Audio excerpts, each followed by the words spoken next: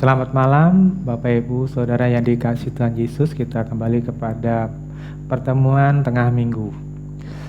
Topik kali ini saya akan memilihkan dengan topik memulihkan jiwa yang rusak.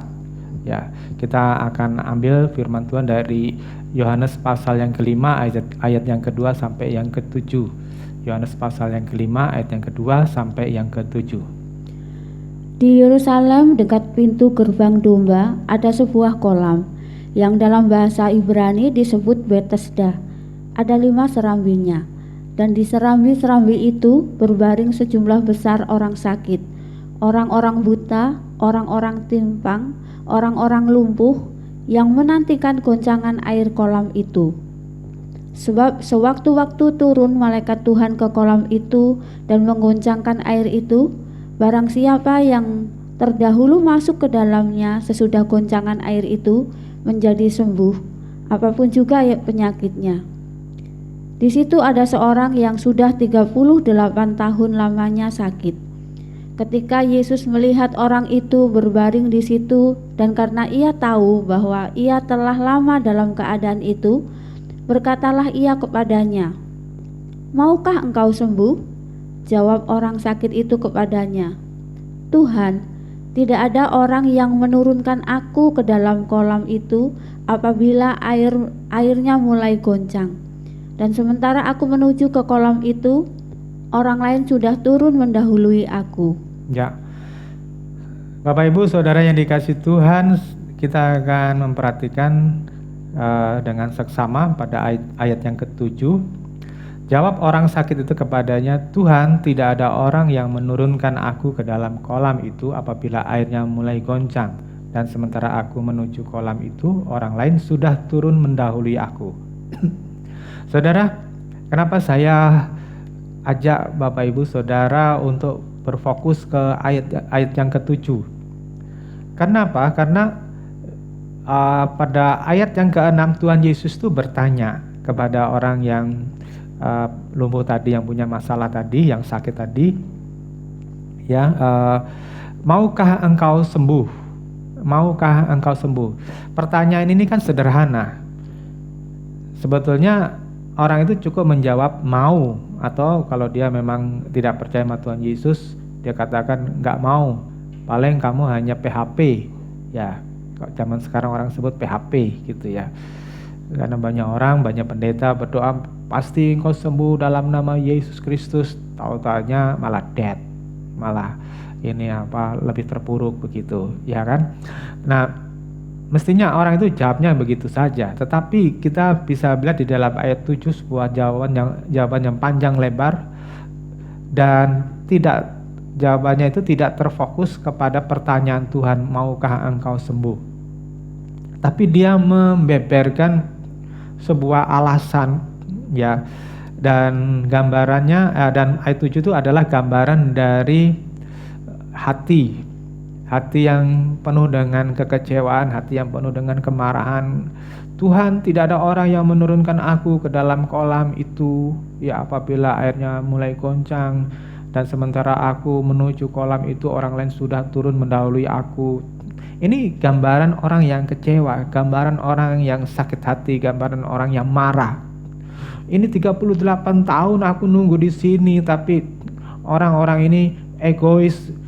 Bahkan orang yang baru kemarin sore datang sini udah merangkak duluan masuk ke kolam ini, dan mereka tidak perhatiin aku. Betapa lamanya aku menunggu kesembuhan ini." Nah, saudara yang dikasihi Tuhan, ada banyak orang dengan berbagai masalah, bertahun-tahun menghadapi masalah, turun-temurun menghadapi masalah, berkali-kali mengalami masalah, dan ini bisa membuat orang itu mengalami jiwa yang terluka atau sakit jiwa. Tapi saudara yang dikasihi Tuhan, kalau kita sebut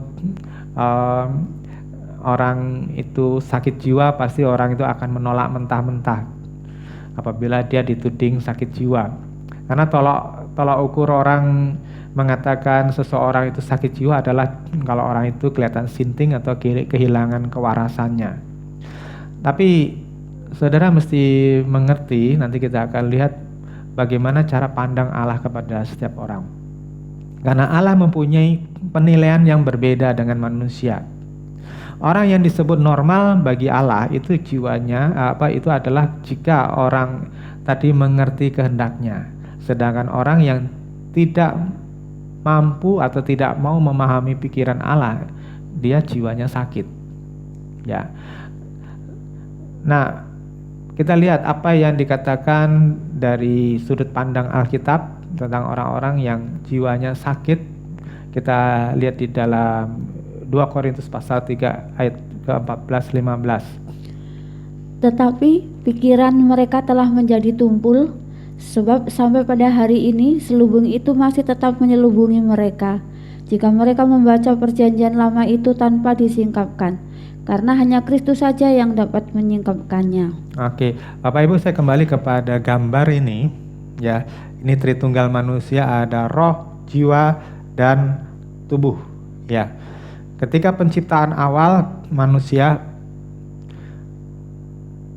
dikatakan di pasal 2 bahwa Allah mengembuskan rohnya dalam tubuh, dalam diri manusia, sehingga manusia memiliki kecerdasan kehidupan, dan oleh karena di situ ada DNA-nya Allah, ada investasinya Allah dalam kehidupan kita, maka Allah Roh Kudus ini dapat memimpin Adam dan Hawa, ya, sepanjang mereka ada di Taman Eden itu, dan ada hubungan yang intim dengan Allah, antara Adam dan Hawa dengan Allah, ya, karena ada satu hubungan yang intim, erat, ya, Roh Kudus memimpin roh manusia.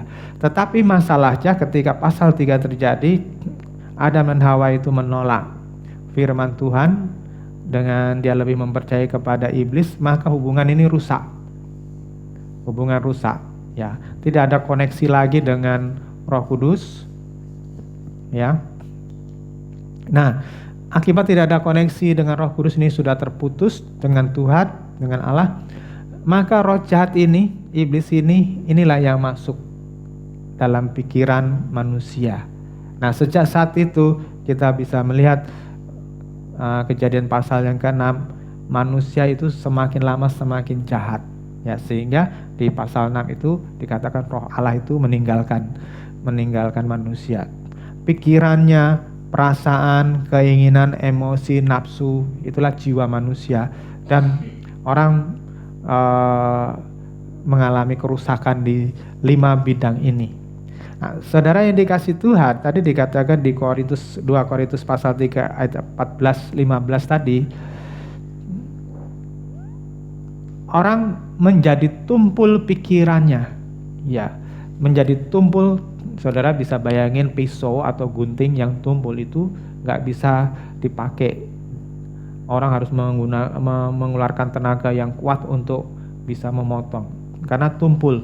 Nah, otak manusia jika tumpul, ia tidak bisa memusatkan pikirannya pada kehendak Allah. Jadi dia nggak bisa mengerti kehendak Allah, firman Allah itu bagaimana. Ini orang yang tumpul, ya. Sehingga membaca firman Tuhan pun di dalam 2 Korintus 3 ayat 14-15 tadi, mau dibaca berkali-kali nggak ngerti. Nah, itu sebabnya yang terjadi di kalangan orang Farisi, mereka mewarisi perjanjian lama, tapi mereka nggak ngerti. Contohnya orang-orang ahli Taurat yang berada di samping Herodes, yang menjadi penasihat Herodes, ketika ditanya di mana Mesias itu dilahirkan, dan mereka langsung menjawab dari kitab Mika, oh itu Mesias akan lahir di kota Bethlehem, sehingga orang-orang Majus bisa pergi ke Bethlehem dengan mudah. Nah, saudara yang dikasih Tuhan udah tahu bahwa kota kelahiran Mesias itu ada di Bethlehem, dan sudah tahu ada orang-orang Majus dari Persia itu datang jauh-jauh hanya karena ada sebuah tanda dari bintang di langit. Mestinya mereka tergerak untuk datang ke sana, tetapi mereka nggak tergerak. Mereka hanya nunggu di istana Herodes. Nanti aja, tinggal kabarnya kapan gitu datang dari orang-orang Majus tadi. Nah, saudara yang dikasih Tuhan, ini orang-orang yang tumpul, tidak punya inisiatif, tidak punya kreativitas untuk bergerak untuk menyembah Allah. Nah, terus yang kedua, jenis yang kedua, orang yang sakit jiwanya itu adalah orang-orang yang dibutakan pikirannya oleh suatu blocking spirit, ya, sehingga pola berpikirnya itu ngawur atau bertentangan dengan kehendak Tuhan. Kita bisa melihat fenomena ini di dalam 2 Korintus 10 ayat 4 dan 5. Karena senjata kami dalam perjuangan bukanlah senjata duniawi, melainkan senjata yang diperlengkapi dengan kuasa Allah yang sanggup untuk meruntuhkan benteng-benteng. Kami mematahkan setiap siasat orang dan merubuhkan setiap kubu yang dibangun oleh keangkuhan manusia untuk menentang pengenalan akan Allah. Ya. Kami menawan segala pikiran dan menaklukkannya kepada Kristus. Ya.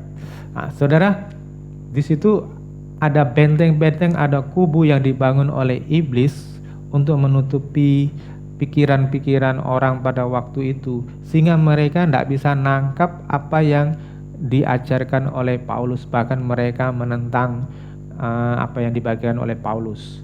Nah, ini benteng-benteng atau blocking spirit tadi membuat orang tidak bisa mengerti kehendak Allah. Sebaliknya mereka mengikuti ataupun mengekspresikan keinginan dosa yang sudah mendarah daging di dalam dirinya. Terus yang ketiga, orang yang fokus hidupnya hanya untuk kesenangan diri atau egosentris, mengejar kepuasan diri sendiri. Saudara bisa lihat di dalam 1 Yohanes pasal 2 15 dan 16, itu ada keinginan daging, ada keinginan mata, keangkuhan hidup. Ya, fokusnya hanya untuk menyenangkan 3 perkara tadi. Keinginan daging. Orang tidak bisa lepas dari untuk melampiaskan amarah, dendam. Orang tidak bisa melepaskan dari keinginan untuk mabuk, judi, berzina, keinginan mata. Orang tidak bisa tidak hidup dalam pujian orang, dalam harga diri, sehingga ketika itu tergoyahkan atau sentuh harga dirinya, orang sakit hati, marah dan seterusnya. Keangkuhan hidup, karena orang pengen memiliki jabatan posisi di mana orang memuja, di mana orang mengagumi dan sebagainya. Nah, saudara yang dikasih Tuhan, orang-orang yang seperti ini selalu ingin kembali kepada kehidupan dosa. Ada sebuah tarikan magnet. Ya, walaupun dia sudah berkali-kali diajar, berkali-kali dimuridkan, dididik, tetapi selalu kembali ke kubangan yang lama. Itu seperti yang saya bagikan kemarin, seperti Yanes dan Yambres, ya, 2 Timotius 3:8 tadi, ya, sama seperti Yanes dan Yambres yang melawan Musa, demikian juga orang-orang ini melawan kebenaran. Pikiran mereka telah rusak dan iman mereka tidak tahan uji. Itu terjemahan AYT. Kalau terjemahan LAI yang biasa yang kita suka pegang, itu pikiran tadi disebut akal mereka yang bobrok, ya, bobrok atau pikiran mereka yang rusak.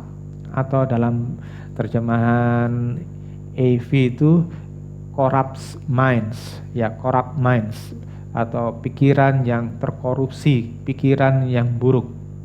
Nah, saudara yang dikasih Tuhan, dari mana kondisi manusia yang pikirannya jadi kacau seperti ini? Kalau di dalam bahasa Yunaninya itu bejat, sebetulnya bahasa aslinya. Kateptarmenoi itu artinya bejat. Ya, bagaimana orang bisa dalam kondisi yang seperti itu, ya? Nah, karena manusia udah terlalu lama hidup di dalam karakter yang dibuai oleh dosa. Bagaimana mereka itu dibuai atau diremi? Ya, kalau saudara lihat ayam ayam bertelur, ya, mau menetaskan anaknya itu, dia itu selama beberapa minggu dia akan dudukin, ngerami telur-telurnya tadi sampai telurnya itu menetas, ya. Dari telur yang cair itu, ketika dalam suhu induknya, lama-lama embrio yang ada di dalam telur itu menjadi besar dan kemudian menjadi anak ayam. Nah, saudara ini kasih Tuhan, kalau kita hidup di dalam dosa terlalu lama, ya kita tuh kedagingan kita, dosa kita itu dirami, ya, sehingga akhirnya bertumbuh dan menjadi kuat. Nah, siapakah yang mengerami kehidupan dosa kita? Itu bisa kelompok masyarakat kita di mana kita tinggal, budayanya, lingkungannya yang memiliki paham atau mindset atau pikiran yang salah. Ya, itu mengerami, punya andil mengerami kehidupan dosa kita. Dan kalau kita lihat di dalam Lukas pasal 15 ayat 11-17 itu tentang anak bungsu yang minggat, ya.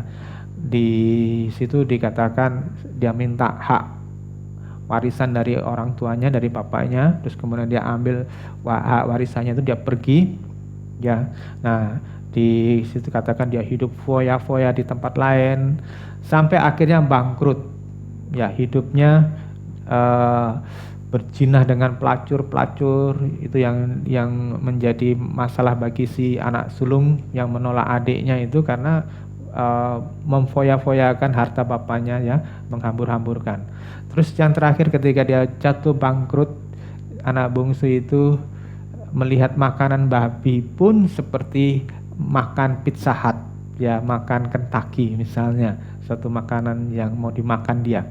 Nah, saudara yang dikasih Tuhan, ini orang-orang yang membiarkan dirinya jatuh di dalam kubangan yang merusak diri, ya.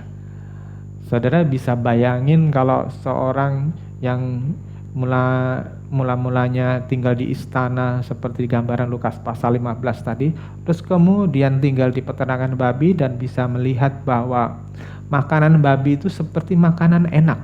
Berarti sebuah perubahan yang 180 derajat dari orang yang hidupnya makanannya bersih, nyaman terus kemudian menjadi pengen makan yang kotor-kotor seperti itu. Berarti otaknya itu sudah diputar balik, dihancurkan.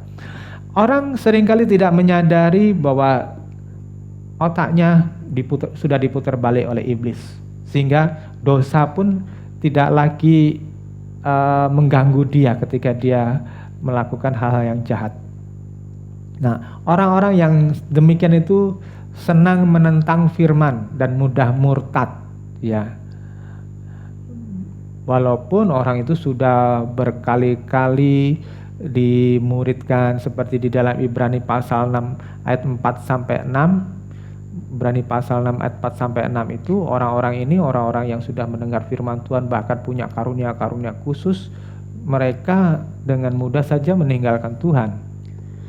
Sebab mereka yang pernah diterangi hatinya, yang pernah mengecap karunia surgawi, dan yang pernah mendapat bagian dalam Roh Kudus, dan yang mengecap firman yang baik dari Allah dan karunia dunia yang akan datang, namun yang murtad lagi tidak mungkin dibaharui sekali lagi sedemikian hingga mereka bertobat, sebab mereka menyalibkan lagi anak Allah bagi diri mereka dan menghinanya di muka umum. Ya, saudara dikasih Tuhan, saya pernah melayani satu orang yang manifestasi roh jahat. Kita layani pelepasan, ya, luar biasa manifestasinya, sampai jungkir balik, muntah-muntah begitu. Nah, mestinya orang tersebut tuh menyadari, oh ada fenomena seperti ini yang menimpa diriku. Dia pasti sudah bisa membuktikan bahwa roh jahat itu ada, setan itu ada, dan setan itu bisa menguasai seseorang. Tetapi saudara, ketika orang ini dilepaskan, ya tidak berapa lama kemudian saya mendengar bahwa orang ini sudah tinggalkan Tuhan demi seorang wanita. Dia tinggalkan imannya dan hanya untuk menikahi seorang wanita. Saudara yang dikasih Tuhan, bagaimana orang itu bisa menjadi bodoh sekali, ya, padahal dia sudah pernah mengalami satu pengalaman dengan hal-hal yang mengerikan bersama dengan roh jahat tadi, ya.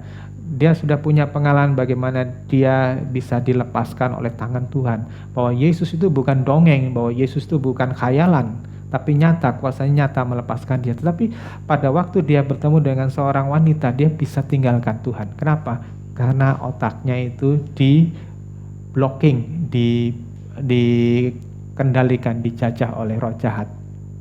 Nah, orang-orang ini mudah sekali menentang Roh Kudus oleh karena lingkungan tadi, oleh karena daya tarik dunia, bahkan oleh karena ajaran agamawi yang tidak tegas melawan keinginan daging. Ya. Misalnya di Matius pasal 12 ayat 32 itu ketika Tuhan Yesus mendemonstrasikan kuasanya untuk mengusir orang yang dirasuk setan dan buta dan bisu, ya. Orang-orang Farisi itu dengan iri hati menghasut orang-orang, mengatakan, oh itu Yesus itu mengusir dengan kuasa Beelzebul. Saudara, mungkin omongan itu bagi kita, bagi beberapa orang tidak punya arti apa-apa, tapi saya melihat apa? Di dalam ucapan orang Farisi itu tadi sebetulnya ada sebuah pekerjaan setan, pekerjaan iblis yang membuat orang itu tidak percaya kepada kebenaran, tidak percaya kepada Tuhan Yesus. Jadi mereka, orang-orang Farisi itu dipakai untuk membuat orang itu menjauh dari Tuhan. Nah, saudara yang dikasih Tuhan Yesus itu sebabnya Tuhan berbicara dengan keras di dalam Matius ayat yang ke-12, pasal 12 ayat 32 tadi. Orang yang menentang Roh Kudus dosanya tidak diampuni, karena dengan dia menentang seperti itu membuat orang lain tersesat, membuat orang lain akhirnya binasa. Ya. Nah, penghasutan semacam itu adalah penyesatan yang membuat Tuhan murka. Saudara yang dikasih Tuhan Yesus, gereja seharusnya tidak berkompromi dengan keinginan daging, keinginan mata, dan keangkuhan hidup. Kita harus memiliki sebuah ketegasan dalam diri kita untuk tidak berkompromi dengan keinginan daging. Kalau kita lihat di dalam 1 Timotius 3 ayat 8-12, saudara bisa mempelajari syarat-syarat seorang diaken, seorang pemimpin ya di dalam gereja, dalam kelompok rohani Kristen. Nah, di situ ada pengujian kelayakan. Kalau zaman sekarang ada istilah fit and proper test ya, untuk menduduki sebuah jabatan, misalnya presiden atau direktur BUMN atau menteri, itu ada fit and proper test. Artinya orang itu harus dites lulus ya. Nah, saudara, di dalam kekristenan ini ya, memang di dalam 1 Timotius 3 ayat 8-12 itu berbicara tentang diaken, tetapi ini sebetulnya berbicara tentang syarat kita semuanya yang mau diangkat untuk menjadi anak-anak Allah. Yohanes pasal 1 ayat yang ke-12, untuk menjadi anak-anak pilihan Allah, ahli warisnya Allah, itu harus memiliki tingkat kelayakan yang tinggi. Nah, saya mengajarkan kepada saudara-saudara untuk saudara mengejar tingkat kelayakan ini supaya bisa mendapat promosi dari Tuhan itu sendiri.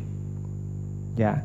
Sebaliknya, orang-orang yang tidak mau diajar, orang-orang yang tidak mau dididik oleh Tuhan, di Ibrani pasal yang ke-12 ayat yang ke-6, Tuhan itu menghajar, ya, menyesah gitu. Dia tidak akan bisa masuk di dalam kualifikasi atau standarnya Allah. Ya. Karena orang-orang tadi yang saya bilang sudah terlalu lama menikmati candu dunia, sehingga sulit untuk melepaskan kecanduannya dengan dunia seperti ini. Nah, saudara yang dikasihi Tuhan, kita perlu bertanya, mengapa ada orang-orang yang demikian rusak jiwanya? Ya. Kenapa ada orang-orang yang sulit sekali dididik oleh firman Tuhan seperti Yanes dan Yambres tadi, jiwanya rusak gitu. Nah, saya bagikan kerusakan jiwa itu bisa meliputi dalam tiga tahap ya. Pertama yang berat, nah itu sudah orang-orang yang kehilangan akal sehat, kesadarannya, kenalarannya itu sudah rusak, itu ya kita sebut orang-orang sinting ya. Tapi ada juga yang kerusakan jiwanya sedang, ketika seseorang itu tidak mampu mengendalikan keinginan dosa yang merusak, tetapi masih memiliki kesadaran. Misalnya seorang pecandu alkohol, seorang pecandu narkoba, pecandu rokok, tahu bahwa alkohol itu bisa membuat kanker usus ya, tahu bahwa rokok itu bisa menyebabkan kanker paru-paru, tahu bahwa narkoba itu merusak otak ya dan sebagainya, tapi ada orang-orang yang tetap nekat melakukannya itu berulang-ulang. Ada yang memiliki kecanduan seks, berzina, nggak bisa berhenti untuk berzina, tidak bisa berhenti untuk melakukan hubungan seks yang liar dengan berbagai macam pasangan ya. Nah, saudara yang dikasih Tuhan, ini saya bilang tingkat kerusakan yang sedang ya. Ada juga yang tingkat kerusakannya ringan ya. Tingkat kerusakan yang ringan ini saya bayangkan begini, orang-orang yang tidak tertarik dengan hal-hal yang rohani. Mereka baik-baik saja, mereka orang beragama yang baik. Mereka ke gereja, bahkan mereka ada juga yang aktif di gereja, tetapi hanya sebatas untuk melakukan kewajiban agamawi. Ya, ada yang tampil jadi worship leader, jadi pemimpin pujian, jadi singer, pemain musik di gereja, ya. Tapi mereka sebetulnya pada hakikatnya tidak tertarik untuk meningkatkan dirinya supaya sampai ke fit and proper test tadi, ya, tingkat kelayakannya Tuhan. Tidak, mereka hanya puas, yang penting saya sudah lakukan tugas saya sebagai pemusik di gereja, sebagai WL, sebagai singer, saya sudah memenuhi jadwal, atau bahkan seorang yang pengkhotbah begitu. Tapi dia nggak mau mempunyai keinginan untuk naik. Yang saya gambarkan seperti ini, ya, seorang harus mengalami transformasi, ya, Roma 12 ayat 2. Ya, memang saudara tidak lagi hidup di dalam kenajisan seperti ini, tapi saudara sudah naik menjadi orang yang baik. Ya, tahu memisahkan mana yang baik, mana yang jahat. Ya, saudara mungkin sudah tidak lagi mencuri, saudara tidak lagi punya dendam, saudara tidak punya musuh lagi. Di sini sudah tahu baik. Tetapi Tuhan mau saudara naik ke tingkat yang berkenan. Ya, berkenan ini adalah orang-orang yang sudah tahu mau melakukan kehendak Bapa. Orang berkenan apa tidak, Matius 7 ayat 21, itu adalah orang yang melakukan kehendak Bapa. Ya, itu orang yang berkenan. Bapa senang apa, dia mulai bisa memisahkan, oh kesenanganku sudah harus tak tinggalkan. Misalnya orang tersebut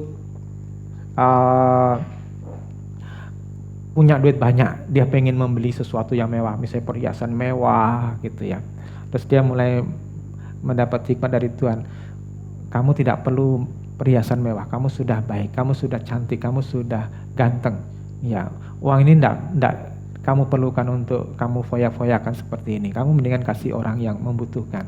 Nah, dia sudah mengambil keputusan tersebut. Ini orang-orang yang tahu mana yang dikehendaki Bapa dan mana yang bukan kehendak Bapa. Nah, terus kemudian naik kepada yang sempurna. Yang sempurna itu adalah hidupku bukanlah aku lagi, tetapi Kristus yang memimpin sepenuhnya. Nah, saudara yang dikasih Tuhan, kalau bahkan yang rusak-rusak ringan seperti itu, ya, yang tadi saya bilang lebih mementingkan keinginan matanya saja, ya, itu saja Tuhan tidak berkenan. Kita lihat Matius 22 ayat 14. Sebab banyak yang dipanggil, tetapi sedikit yang dipilih. Ya, banyak yang dipanggil. Banyak orang Kristen di dunia ini, ada 1,5 miliar lah. Ini agama yang terbesar di dunia ini, ya, dengan berbagai macam alirannya gitu ya. Tetapi Tuhan berkata hanya sedikit yang terpilih. Bapak Ibu, kata sedikit yang terpilih ini sangat menggetarkan saya, dan saya harap saudara juga berpikir benar tentang ayat ini. Ya, saya pernah melayani dengan seorang teman saya di daerah merah di Jakarta. Ya, ada daerah itu pusat pelacuran. Saya bersama teman saya ke situ, ya, tujuannya untuk menginjil, ya. Dan saya ketemu dengan seorang wanita, terus kami ajak ngobrol-ngobrol begitu. Ya, saya mencoba untuk menceritakan tentang Tuhan gitu. Tetapi setiap kali saya ngomong saya selalu dipotong. Dipotong apa? Diajak begituan. Dia bilang, murah aja mas, murah gitu. Saya dirayu-rayu seperti itu. Saudara yang dikasih Tuhan, oh perempuan ini benar-benar sudah kacau. Karena yang dipikirkan adalah uang melalui pezinahan seperti itu. Nah, kalau seorang laki-laki yang sudah bejat, ya sudah hidup bertahun-tahun di dalam pezinahan, hal seperti itu pasti akan menarik, ya kan? Orang yang punya bisnis yang besar, ya punya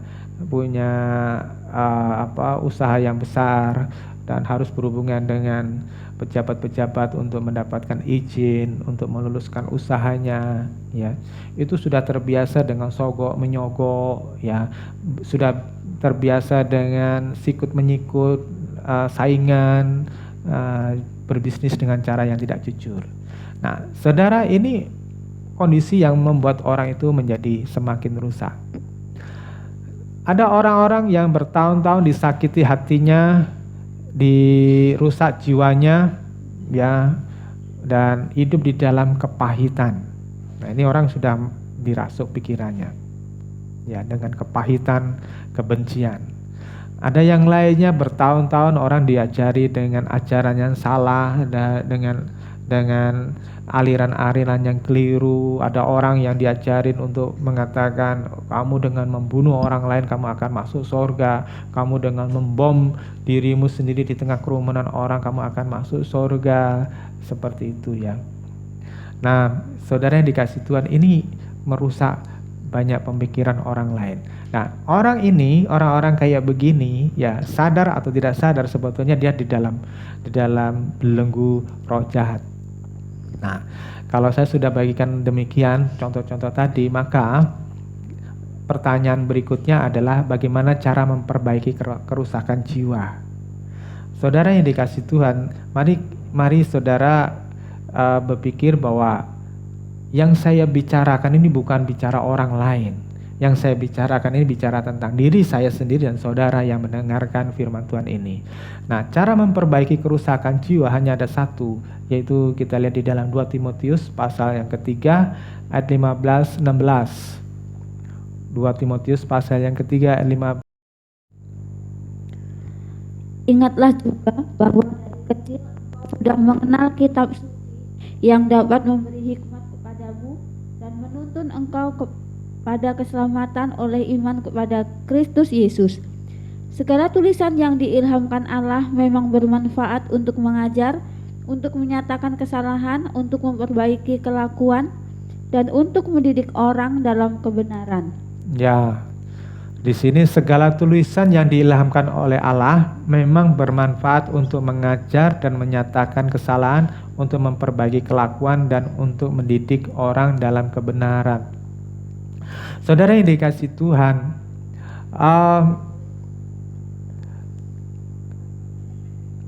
Alkitab yang saudara pegang, saudara baca, ya, itu bisa menjadi tidak ada artinya, ya, bisa menjadi hanya seperti buku dongeng, seperti novel atau cerita Kancil Nyolong Timun, ya. Ketika saudara tidak memiliki cara berpikir atau mindset yang benar terhadap buku tersebut, ya, itu sebabnya tidak heran, ya, ada orang-orang teolog di Eropa itu bisa memotong-motong Alkitab dan mengatakan, oh ini adalah tahyul, ini adalah cerita yang sebenarnya, oh ini hanya simbol-simbol saja. Ya, itu, atau ini hanya cerita-cerita rakyat, itu aja. Sehingga mereka potong-potong Alkitab itu, dan yang dianggap firman Tuhan itu hanya tipis saja. Ya, ketika saya sekolah Alkitab, saya belajar tentang teori historis kritis. Jadi ada satu pemahaman atau fakt di dalam teologi tadi, bahwa yang kita baca itu sebagian besar hanya dongeng. Nah, saudara, kalau kita sudah mempunyai konsep mindset yang seperti itu, maka apapun yang ditulis di dalam Alkitab itu tidak akan pernah bisa mengubah orang. Tetapi kalau kita melihat buku itu tadi sebagai firman Tuhan, maka apa yang kita baca itu akan bisa mengubah. Di sini dikatakan bahwa semua tulisan yang diilhami oleh Allah itu mempunyai atau berguna untuk mengajar, bermanfaat untuk mengajar dan untuk menyatakan kesalahan. Saya tidak tahu, saudara punya pengalaman nggak ketika saudara baca atau dengar firman Tuhan seperti ini, hati saudara tertegur, wah aku salah ya, aku keliru ya. Ya, untuk memperbaiki kelakuan, bahasa Inggrisnya correction. Ya, untuk mengkoreksi, oh kelakuan saya ini atau hobiku ini atau kesukaanku ini atau karakterku ini harus diperbaiki ini, harus menjadi seperti ini. Ya, dan untuk mendidik orang dalam kebenaran. Mendidik ini dalam bahasa Inggris yang dipakai itu training. Ya, training in righteousness. Ya, dididik, dilatih.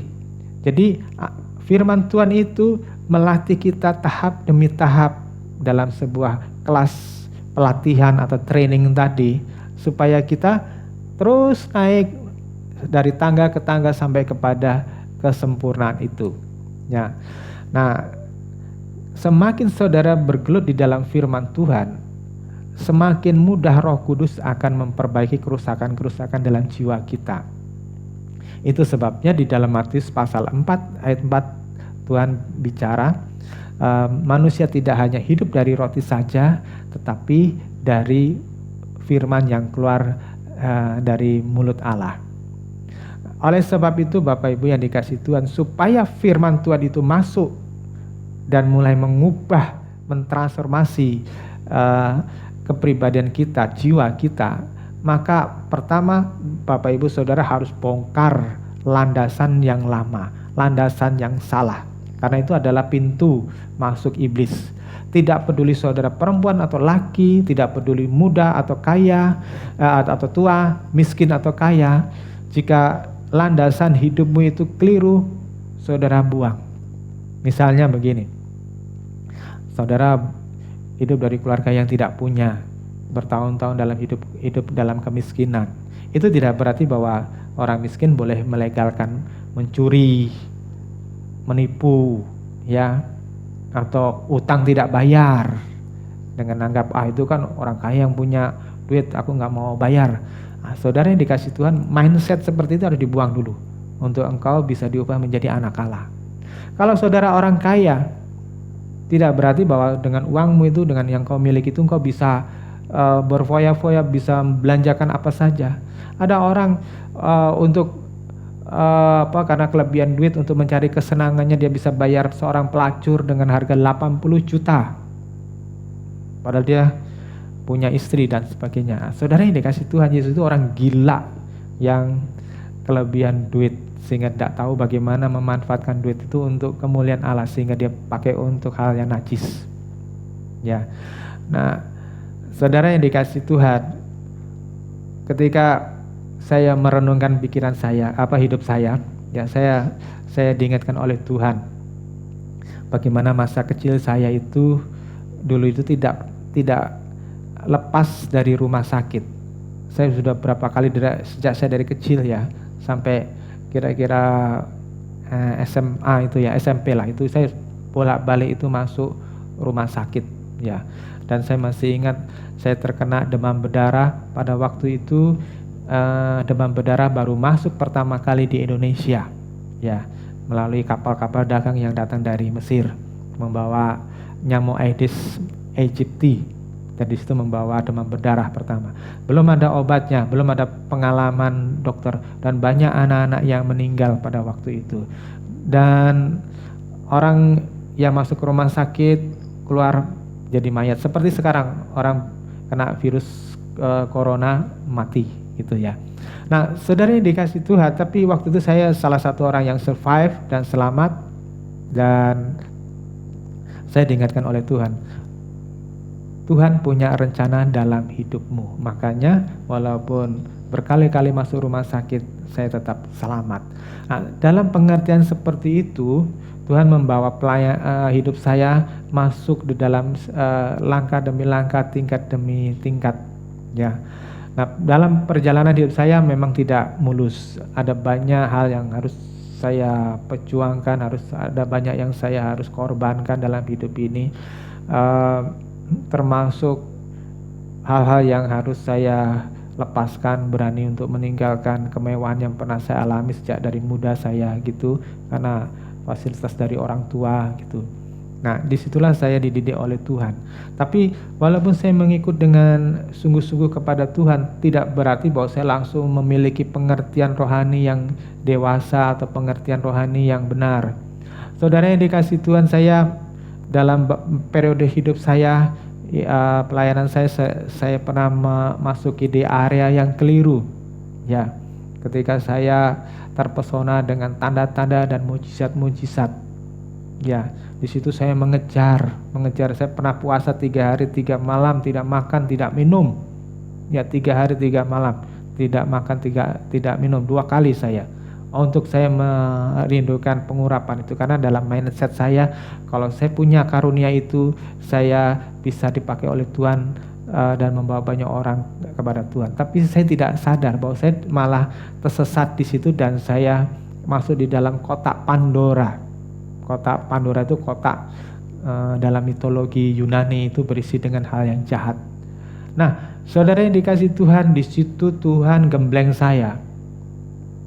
Padahal Tuhan memberi kesempatan kepada saya banyak mujizat, orang sakit sembuh, kanker sembuh, tabrakan sembuh, orang dibaptis mereka mendapat karunia-karunia, saya tumbang tangan orang melihat sorga, melihat malaikat, melihat Firdaus sekalipun.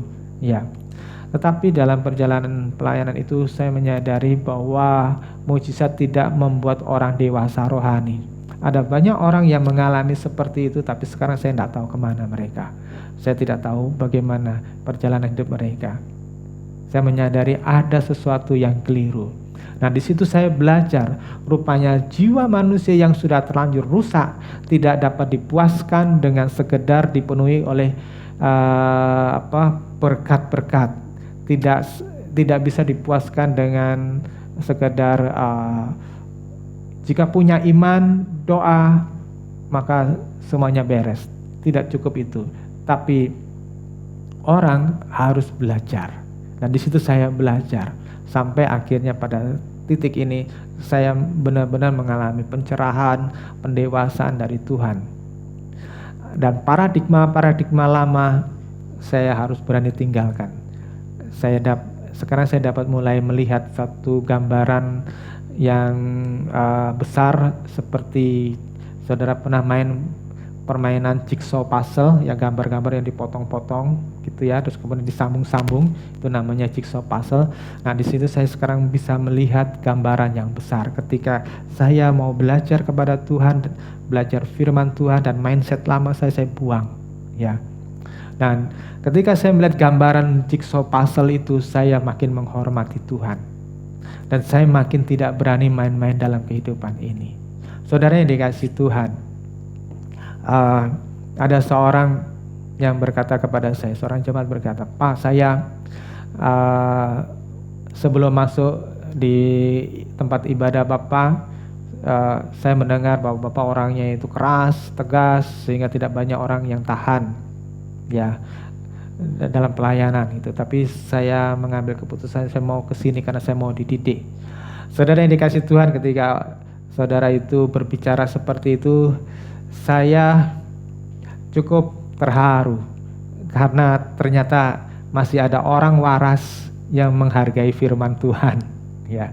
Saudara yang dikasihi Tuhan, saya berharap saudara mengerti benar apa yang Tuhan katakan di dalam Yohanes pasal 4 ayat 23-24, bahwa Allah mencari penyembah-penyembah yang benar di dalam roh dan kebenaran.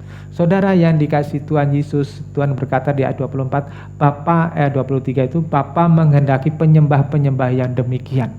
Kata menghendaki yang diucapkan oleh Tuhan Yesus dalam Yohanes pasal 4 ayat 23 itu dalam bahasa Yunaninya zetei, artinya itu mencari, seek bahasa Inggrisnya, Ya, jadi Bapa mencari penyembah-penyembah yang demikian, yang menyembah Allah di dalam roh dan kebenaran. Apa itu orang yang menyembah Allah dalam roh kebenaran? Yaitu orang yang mau dipimpin oleh Roh Kudus untuk melakukan kehendak Bapa. Orang itu kudus apa tidak bukan tergantung apakah dia tidak nikah, dia tidak pernah mencuri, tidak membunuh, tidak korupsi dan sebagainya. Bukan hanya semata itu, tetapi orang kudus apa tidak. Di dalam 1 Petrus pasal 1 ayat 15-16 itu berbicara orang tersebut memuaskan Bapa Surgawi apa tidak. Orang yang memuaskan Bapa Surgawi adalah orang yang melakukan kehendak Bapa. Itu sebabnya di Matius 7 ayat 21 Tuhan bilang orang yang bukan semua orang yang menyebut aku Tuhan, Tuhan yang masuk dalam kerajaan surga, tapi yang melakukan kehendak Bapa. Nah, kalau saudara memuaskan Bapa Surgawi dengan melakukan kehendak Bapa, maka saudara akan terbuka pintu ke surga. Ya. Nah, untuk supaya saudara bisa memuaskan Bapa dengan melakukan kehendak Bapa, maka Bapak Ibu, saudara yang dikasih Tuhan harus memiliki kebenaran yang mengubah pikiranmu. Ya, kebenaran dalam bahasa Yunaninya aletheia, itu sama dengan yang diucapkan oleh Tuhan Yesus di dalam Yohanes pasal 14:6, akulah jalan, kebenaran dan hidup. Jadi kalau Tuhan berkata di dalam Yohanes pasal 4 ayat 23-24 bahwa penyembah-penyembah yang benar adalah orang yang menyembah Bapa dalam roh dan kebenaran, ya, itu dihubungkan dengan Yohanes pasal 14 ayat 6, maka orang yang menyembah Bapa Surgawi di dalam kebenaran adalah orang yang hidupnya harus berpadanan dengan cara hidup Tuhan Yesus. Amin. Ya, orang yang mau diubahkan cara hidupnya memiliki cara hidup Tuhan Yesus. Cara hidup Tuhan Yesus hanya ada satu, yaitu apa? Makananku ialah melakukan kehendak Bapa dan menyelesaikan pekerjaannya. Itu sebabnya di dalam Filipi pasal 3 ayat 12-14 Paulus mengerti benar hal ini. Paulus terus bertumbuh, terus belajar, terus meninggalkan yang lama, dan dia mau mengejar kesempurnaan yang menjadi standarnya Tuhan. Filipi pasal yang ketiga ayat 12 sampai dengan 14. Bukan seolah-olah aku telah memperoleh hal ini atau telah sempurna, melainkan aku mengejarnya, kalau-kalau aku dapat juga menangkapnya. Karena aku pun telah ditangkap oleh Kristus Yesus. Saudara-saudara, aku sendiri tidak menganggap bahwa aku telah menangkapnya, tetapi ini yang kulakukan, aku melupakan apa yang telah di belakangku dan mengarahkan diri kepada apa yang di hadapanku, dan berlari-lari kepada tujuan untuk memperoleh hadiah, yaitu panggilan surgawi dari Allah dalam Kristus Yesus. Ya, saya sarankan Bapak Ibu Saudara membaca ini kembali, Filipi pasal 3 12-14 ini dalam renungan Bapak Ibu sendiri, ya. Renungkan baik-baik. Saudara jangan dipotong, jangan dibalik, ya. Seakan-akan nanti orang akan berkata, tuh Paulus sendiri kan tidak sempurna, kenapa aku mesti harus sempurna? Itu keliru, cara berpikir itu keliru. Tetapi Paulus ini sedang mengajar kepada kita bagaimana dia tidak pernah berhenti pada satu titik kehidupan rohani. Dia terus belajar untuk mengerti kehendak Allah. Dia terus belajar seperti di Filipi pasal 25, mengerti jalan pikirannya Tuhan Yesus. Dia terus belajar apa yang dikehendaki Bapa dalam hidupnya. Nah, ini yang didorongkan oleh Paulus untuk kita semuanya, belajar.